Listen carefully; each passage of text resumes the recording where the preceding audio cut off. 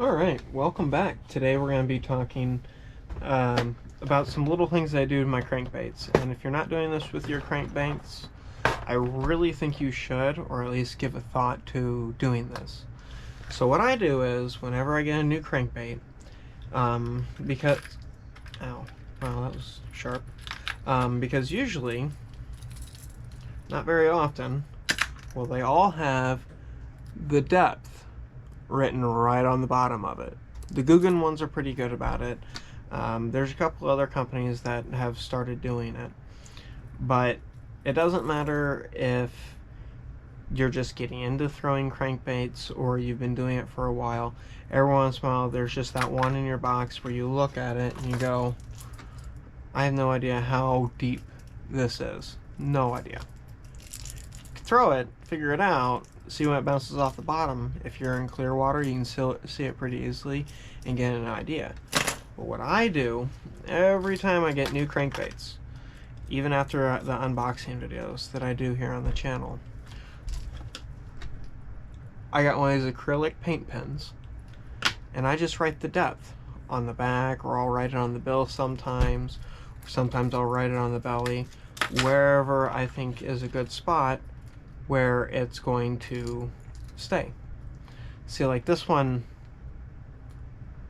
this is a movement. This, I almost want to say this is 6 cents, and it's got depth right there, 3 to 6. Let's see what else we got here. Here's the 6 cents. However, no depth. So I wrote it right here on the bill, 1 to 3 feet.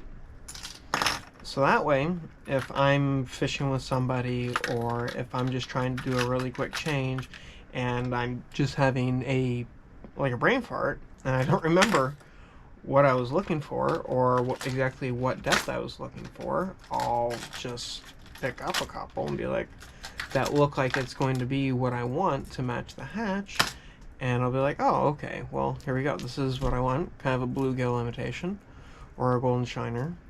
2 to 5 feet. Low square bill. This is another thing that's kind of misleading. 2 to 5 feet. And this is 3 to 6 feet. Vastly different sized bills. Vastly different sized baits. Almost identical depths. And that can throw you off a little bit. Some of these deeper diving ones, like I've got this one here. Oh, this box is always kind of a mess. So this one's 15-20.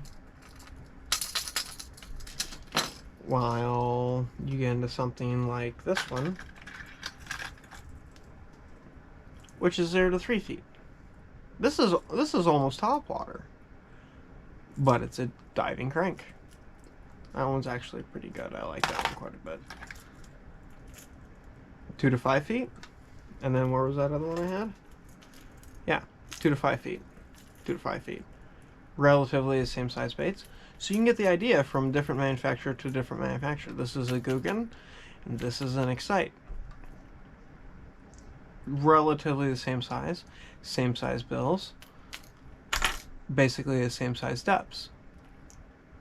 But this one didn't have it written on it, so I wrote it on it. I mean, especially if you're just starting to get into crankbaits, this is a good way to write them all on there when you first open them, take them out of the package. One of my buddies even goes as far as to write the weights on them. Now I can judge a weight pretty easy. That and my crankbait rod will throw everything in this box, with the exception of this is kind of heavy for it. I think this is like 5/8 of an ounce or 3/4 of an ounce. It's fairly heavy, but I can still throw it on it if I really want to. Then you get to something like this, a little digger, 3 to 5 feet. It's on there, but I still wrote it on there just in case I forget to look on its belly, because this isn't a style of bait that I have a whole bunch of.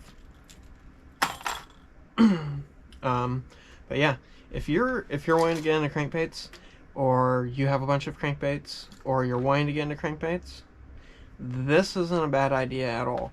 Plus, if you take your buddy out fishing with you and he has no idea what you're talking about, or you tell him the water depth, and he's like, oh, okay, well, we're in 6 feet of water. I'll throw this big guy, big fish. Yeah, no, it's just 15, 20.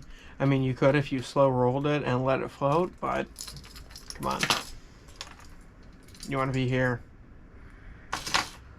Or even just deeper than that.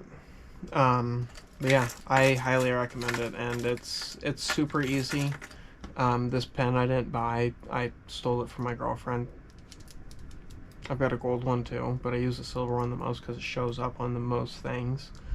Yeah, highly recommend it. Just use the hack, man. If you get the opportunity to, you're just getting into it, use the hack. Alright, and that's really all I wanted to go over with this one.